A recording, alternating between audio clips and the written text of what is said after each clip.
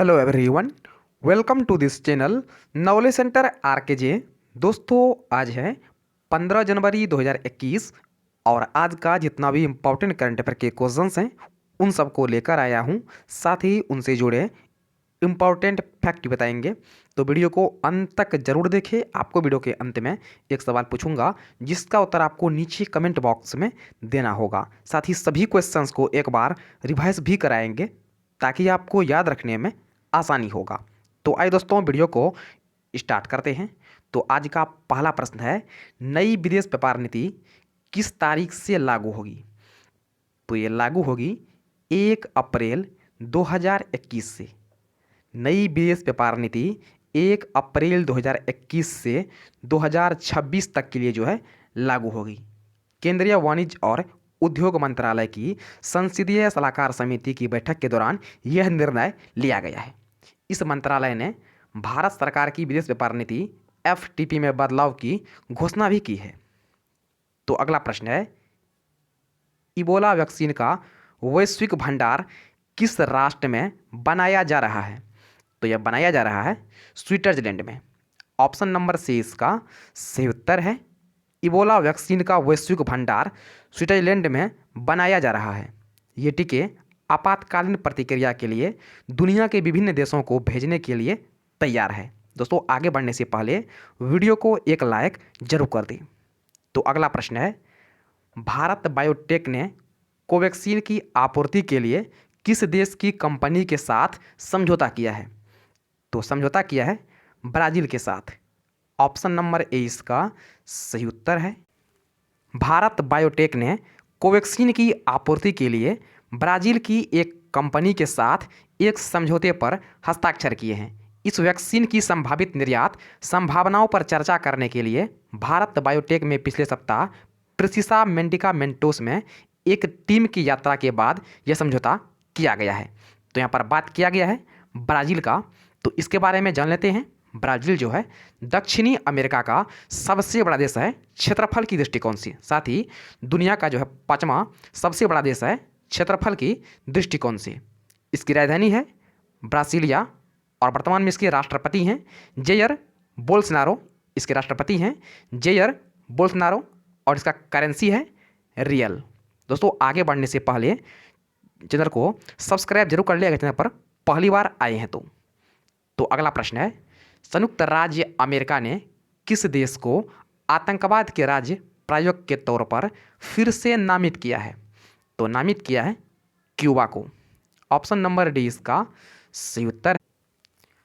संयुक्त राज्य अमेरिका ने 11 जनवरी 2021 को क्यूबा को आतंकवाद के लिए सुरक्षित स्थल प्रदान करने के साथ साथ अंतर्राष्ट्रीय आतंकवाद की घटनाओं के लिए अक्सर समर्थन प्रदान करने के लिए आतंकवाद के लिए राज्य प्रायोजक के तौर पर जो है फिर से नामित किया है। और क्यूबा के साथ आतंकवाद के राज्य प्रायोजक की सूची में 3 अन्य देशों को भी शामिल किया है, जिनमें ईरान, उत्तर कोरिया और सीरिया भी शामिल है। तो अगला प्रश्न है, हाल ही में किसने केंद्र सरकार द्वारा लाए गए तीनों कृषि कानून के अमल पर रोक लगा दी है? तो इस पर रोक लगा दी है सुप्रीम कोर्ट ने। ऑप्शन नंबर बी इसका सही उत्तर है।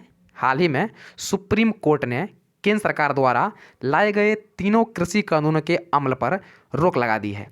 किसानों के मुद्दे के समाधान के लिए जो है कमेटी गठित करने का आदेश दिया गया है। यह कमेटी सरकार और किसानों के बीच कानूनों पर जो है जारी विवाद को समझेगी और सर्वोच्च अदालत को रिपोर्ट सौंपेगी। तो पर बात किया गया है सुप्रीम कोर्ट का।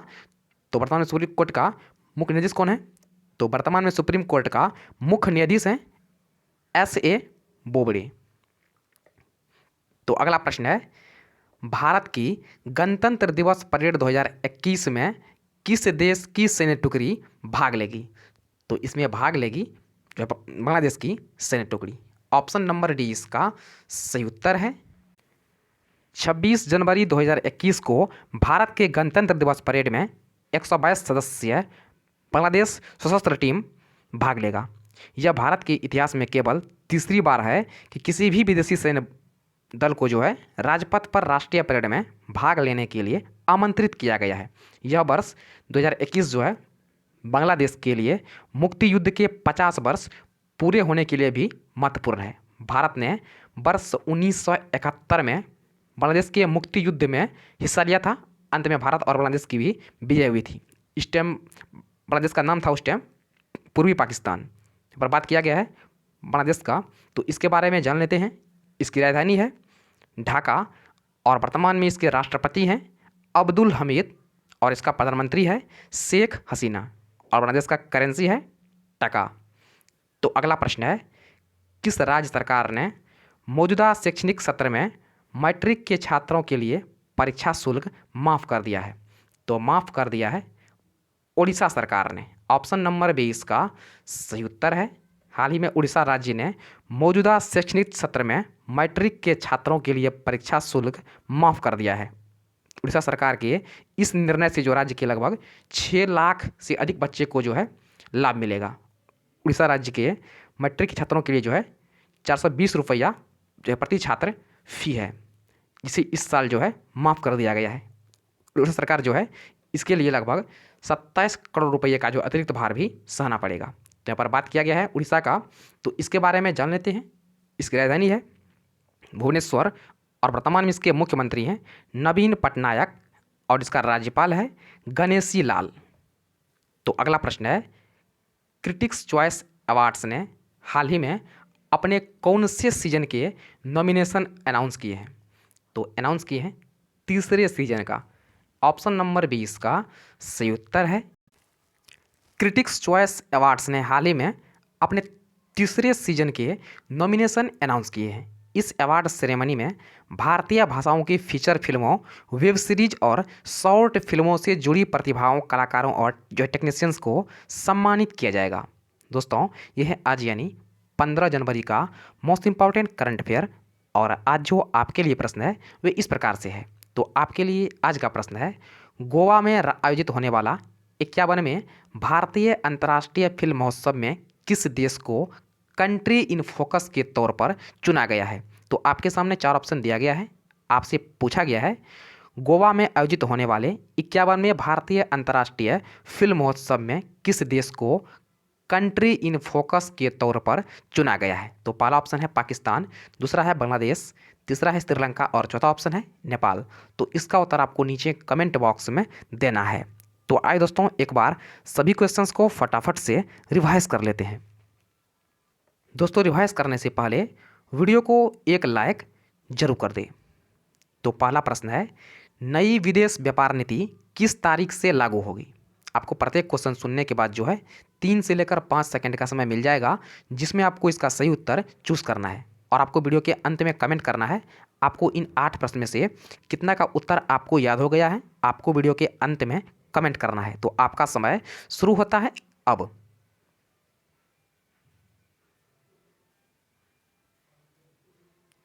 तो ऑप्शन नंबर 20 का सही उत्तर है 1 अप्रैल से।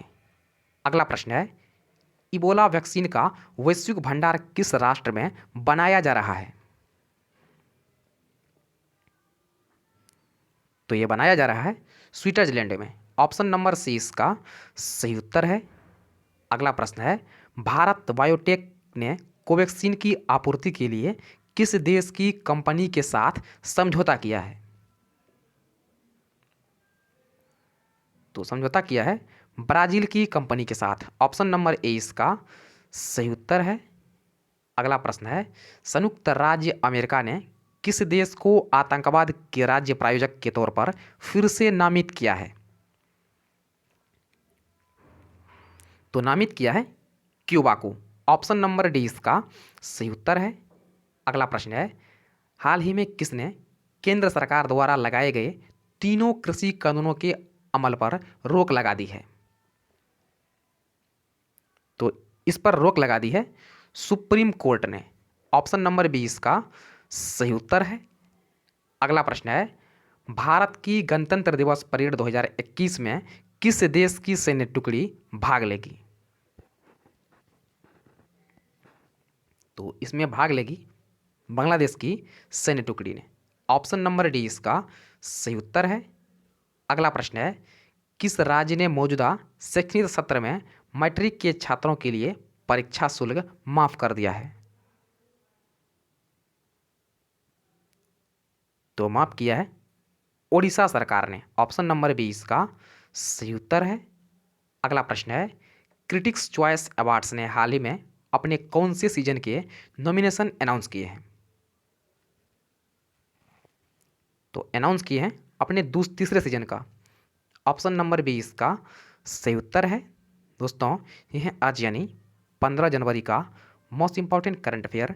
तो वीडियो को लाइक और शेयर जरूर कीजिएगा और साथ चैनल को सब्सक्राइब जरूर कीजिएगा। तो फिलहाल इतना ही, मिलते हैं नेक्स्ट वीडियो में, तब तक के लिए जय हिंद।